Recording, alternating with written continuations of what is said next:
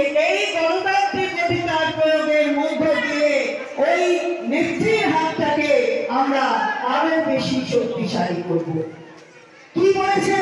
সারা ভারতবর্ষে যারা শাসনে আছে, অর্থাৎ যারা ক্ষমতায় আছে, ভারতীয় জনতা পার্টির দ্বারা পরিচালিত কেন্দ্রের সরকার কি কি বলেছিল? মা বোনেরা, কবে থেকে আছে তারা? 2014 সাল থেকে আছে। কতদিন হলো? আজকে 2024 হলো। অর্থাৎ কি বলেছিল? 15 লক্ষ টাকা দেবে সকলের অ্যাকাউন্টে। কেউ 15 পয়সাও পায়নি। বাংলা তো পায়নি, সারা ভারতবর্ষের কেউ পায়নি।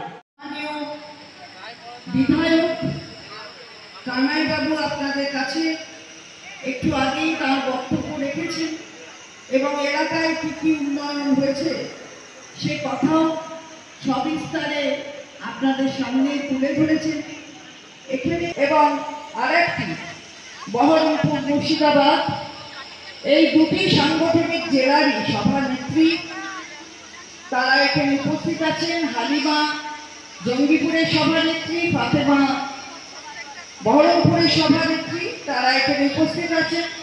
সভাধিপতি রুবিয়া এখানে উপস্থিত আছে। এখানে ছাত্র, যুব, মহিলা বিভিন্ন স্তরে যারা প্রশাসনে কাজ করছেন, পঞ্চায়েতে ত্রিস্তরে কাজ করছেন, তারা উপস্থিত আছেন। কিন্তু আমার আবেদন, আপনারা যারা আজকে এই সভায় যোগ দিতে এসেছেন, মঞ্চের নিচে বসে আছেন, আমি তাদের প্রতি শ্রদ্ধা জানাতে এসেছি এবং সঙ্গে সঙ্গে আগামী দিন এই জঙ্গিপুরের যে লোকসভা নির্বাচন, তাতে খলিলুর রহমান দাঁড়িয়েছেন, তাকে তো কিছুই করবেন। এ বিষয়ে পাথরের করে আমি আজও কিন্তু অবিচল চলতেছি। আমি 5টি বছরে 5টা দিন আমার নিজের জন্য নেই, আমি সবটাই জঙ্গিপুর লোকসভাবাসীকে আমি দিয়েছি।